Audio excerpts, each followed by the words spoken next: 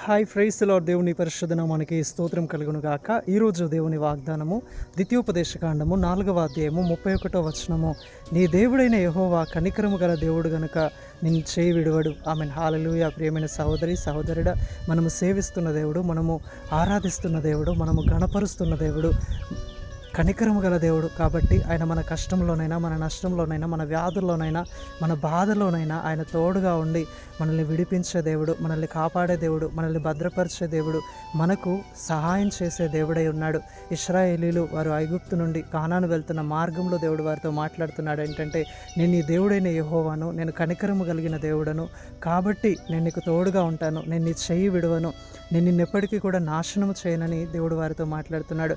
అవునండి, ఈరోజు మనం కలిగి ఉన్న దేవుడు మనకు హాని చేయవాడు కాదు, మనల్ని గాయపరచేవాడు కాదు, మనల్ని బాధ పెట్టేవాడు కాదు. కానీ తన కనికరము చేత మన జీవితాన్ని, మన పరిస్థితులను మార్చి తన ప్రేమ చేత మనల్ని నడిపించేవాడై ఉన్నాడు.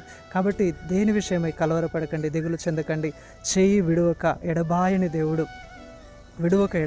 దేవుడు ప్రతి నిరంతరము నీ తోడుగా ఉండి ప్రతి నిత్యము నిన్ను నడిపిస్తూ తన మేళ్ల చేత తృప్తిపరచగలిగిన ప్రభు నీ జీవితంలో ఉన్నాడు. అందుని బట్టి ఆయనను స్తుతించి గణపరిచి ఆరాధించండి. అప్పుడు దైవికమైన మేళ్లను మీరు పొందగలుగుతారు.